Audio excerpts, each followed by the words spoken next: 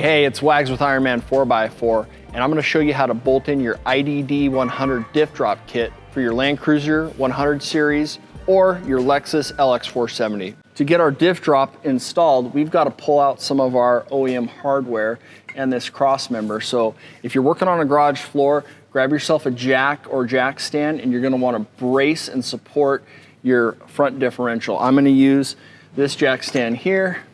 Cool, once you get that secured, we'll start removing some hardware. If you have a 19mm wrench, put it right here on the bolt head. This is gonna remove our left-hand side crossmember bolt and a 19mm deep dish socket. All right, that's gotta come out, and we'll pull these 4 bolts out to get our crossmember out. It's gonna be a 17mm wrench on the back and a 17mm socket on the front. Pull that out, and then we're gonna wanna hang on to all of our hardware, just set it aside, because a lot of it we're gonna be reusing.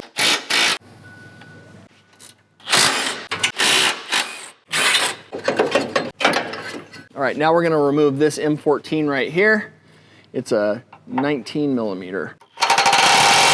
We're gonna drop that and the washer out. We got one more of those here on the rear right-hand side. There is a nut on the top. Okay, now it's time to install gear. So we're gonna take our new Ironman 4x4 crossmember. We're gonna fit it up here, right around our bracket 100s. Slide it into position, and then we're gonna take our 4 original OEM bolts and we're gonna reuse those. And then we've got a flat washer here and a nut. Same thing on the other side. Cool, that is gonna look awesome.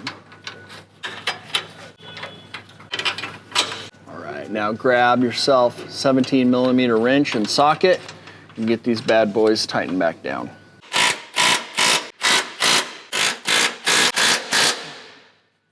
When you're installing the Ironman crossmember, make sure that this doesn't get caught up and all cattywampus. So if you need to kind of just tap that bushing over, because after this is all set up and these bolts are locked down, now we're gonna start to lower that jack and bring it down. And you'll watch as we turn this down, see how that's already coming down. The entire differential is starting to drop. All right, so we've lowered our differential down over here. So now this matches up. So now what you can do is lower your jack down, and the front of that differential should start to fall. Take your puck, you're gonna slide it in between. You don't need the nut anymore, so we'll throw that away. Run the bolt up there, and then you're gonna kinda wanna wiggle around until you can grab a thread. Grab a 19mm socket, and let's just spin it up, but not lock it down. Cool, we'll just let that hold that in place. All right, now we can jump back to the rear right-hand side diff mount right there. So we're gonna take the Ironman bolt that was included in the kit with that large spring washer. Drop your spring washer down on there. We'll take the OEM big flange washer. I'll get my spacer right in there like that. I'll go ahead and run that bolt up. The other trick too is before you get the bolt, put the spacer up towards the top of the bolt. There you go, now run your bolt up so it doesn't get locked out.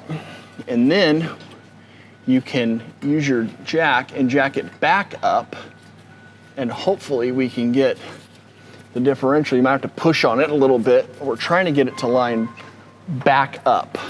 So this rear right-hand side bolt is a little hard to align. So what I'm gonna do is put a pry bar here and get my gun on the bolt. And I think if I just let it spin a little bit and push over, I think I can get it to spin up in there.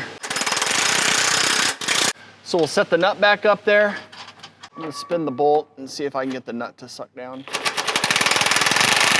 Okay, still wanna leave it a little bit loose until we're ready to lock it all down. So that's it, I'm gonna lower my jack and slide it out of the way. And now everything just needs to be tightened down. This is a 22mm socket.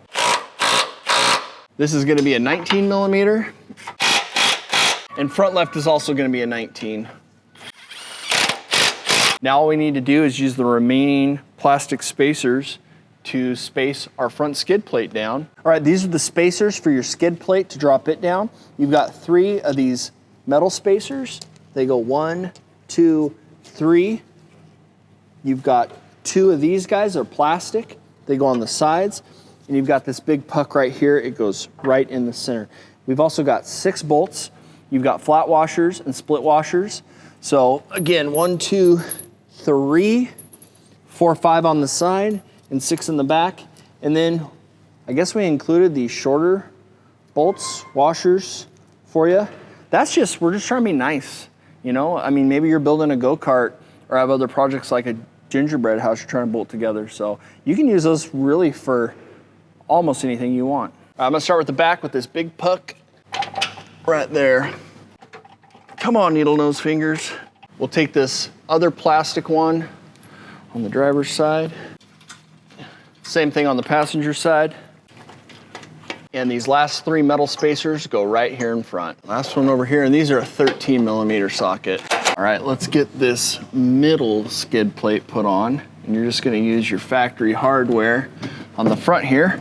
Spin that on finger tight and grab yourself a 12mm socket. So the last 2 M8 bolts that are a little shorter than the other 6 that came with the kit, those are gonna go right here. They bolt up into the cross member. That's what's gonna hold this mid skid plate up. So the other tip I would tell you to do is put those in first with your skid plate, then tighten the OEM hardware last. That's it for the install of the IDD 100, the diff drop for the Land Cruiser 100 series and LX470.